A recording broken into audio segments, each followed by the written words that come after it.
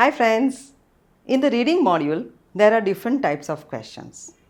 And in different types of questions, if you use different types of strategies, then that will help you find the right answer and save your time as well.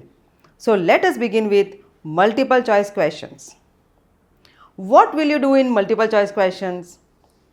Read the question properly and identify the three keywords. After identifying the three keywords, all you have to do is look for those keywords in your passage. When you find all the three keywords, then that is the place to look for your answer. Remember, all the three keywords should be there. After that, read one sentence above it and one sentence below it so that you understand the context. Why? Because you do not read the whole passage. You just look for the keywords and try to understand by reading one line above the keywords and one line below the keywords. Therefore, it is important that you look for those keywords and read a sentence above and below it. Then read the question again. When you read the question again, understand exactly what you are asked to do. After reading the question, look at the options. Till then, you will not look at the options at all. And after looking at the options, out of 4, you may be able to eliminate 2 options, as you may realize they cannot be the answers. But you might get confused in other 2. At this point, again read the question. Then read the options. It is likely that you will get the answer. But even then, if you are not sure, then again go through the passage, read it, read the question again, and I am sure you will get your answer. So let us try one question today. You can see the question on the screen.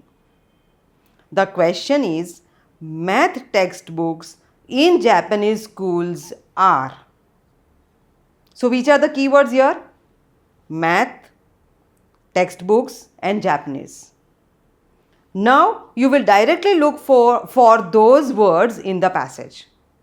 When you look at the passage, in paragraph C, you will see the word textbook is written. The passage is about math only. They are talking about math and they are also talking about Japan. So, C is the paragraph where you will get the answer because textbooks word is written here. Now, when we see the information in paragraph C, we read this information. Everyone has their own copy of the textbook supplied by the Central Education Authority, Monbusho. Then in the next line, it is written, these textbooks are on the whole small, presumably inexpensive to produce, but well set out and logically developed. Let me read the information after that also, just to check. One teacher was particularly keen to introduce color and pictures into math textbooks. He felt this would make them more accessible to pupils brought up in a cartoon culture. So what have we done? We have read the question, found the 3 keywords. Now we are looking at the passage. We have identified the place. Let me read the question. So what is the question asking me? Math textbooks in Japanese schools are. Now the first option is cheap for pupils to buy. Somewhere inexpensive is written. But what is written here?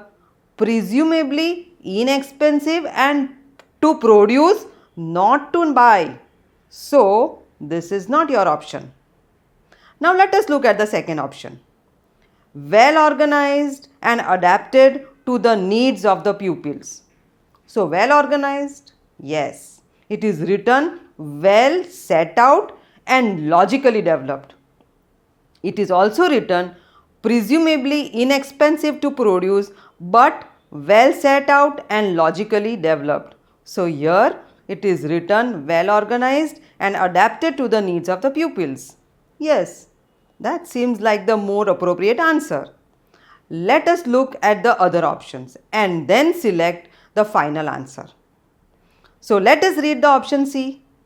Written to be used in conjunction with TV programs. They have not mentioned anything about TV programs. So let us look at the next option D. Not very popular with many Japanese teachers. Even popularity is not mentioned anywhere, so even that is not your answer. So the answer is B. I am sure you have understood this. This is the best strategy to do multiple choice questions. Now let us solve another question. The other question is, when a new math topic is introduced. So which are the keywords here? When a new math topic is introduced. The passage is about math. So when a new topic is introduced is the question. You have to be careful. Keywords are new topic and introduce. We have to look for these words. Let us go through the passage and look for the keywords that we have identified. So when we search for the keywords, we see in paragraph D, in the first sentence it is written, lessons all follow the same pattern at the beginning. Here the answer could be there. The pupils put solutions to the homework on the board, then the teachers comment, correct or elaborate as necessary. Fine. What are we looking for? When a new math topic is introduced. So when we go through this paragraph, it is seen after the homework has been discussed, the teacher explains the topic of the lesson slowly and with a lot of repetition and elaboration. So here this could be your key sentence. Let me read a sentence after it also. Examples are demonstrated on the board. Questions from the textbooks are worked through first with the class and then the class is set questions from the textbook to do individually. Here I don't think this is relevant to the question asked. So now let us go back to the question. The question asks us when a new math topic is introduced. So let us look at the first option. Student answer questions on the board. No, when the topic is introduced, they are not doing anything on the board. That happens with the homework and not with the new topic.